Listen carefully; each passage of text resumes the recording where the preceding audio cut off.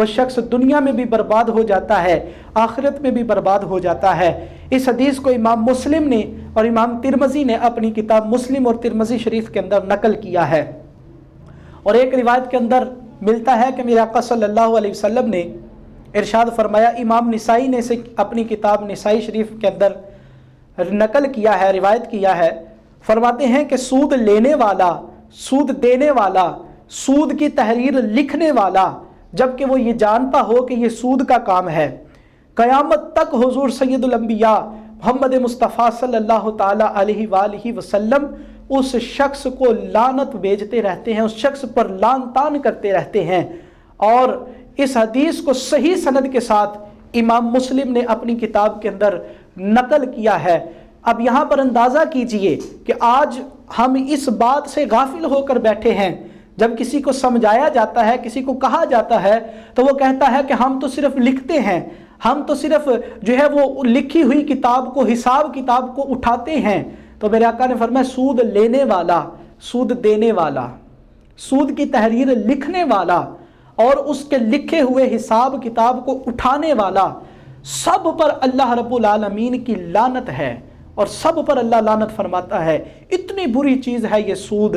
تو میری آپ لوگوں سے یہ التجا ہے، ناظرین سے یہ التجا ہے، دیکھنے والوں سے یہ میری التجا ہے اور میرا یہ پیغام ہے آج کا کہ اس سود جیسی گندی اور جو ہے وہ بری خصلت کو اپنے اندر سے ختم کریں۔ اگر آپ اس خصلت کا شکار ہیں تو، اگر آپ نہیں ہیں تو جس کو دیکھتے ہیں اس کو سمجھائیں، اس کو بتائیں کہ دین اسلام ہمیں اس بات کی اجازت نہیں دیتا کہ ہم ایسی بری خصلت کا شکار ہو جائیں۔ اور یہ وہ ایسی خصلت کہ جو انسان کو ہلاکت کے گڑھے میں ڈال دیتی ہے، ایسی خصلت سے اللہ رب العالمین کی بارگاہ میں دعا ہے اللہ ہر مومن مسلمان کو اس گندی اور بری خصلت سے محفوظ فرمائے۔ جو سنا یاد رکھ کر عمل کرنے، دوسرا تک پہنچانے کی توفیق عطا فرمائے۔ وآخر دعوانا ان الحمدللہ رب العالمین۔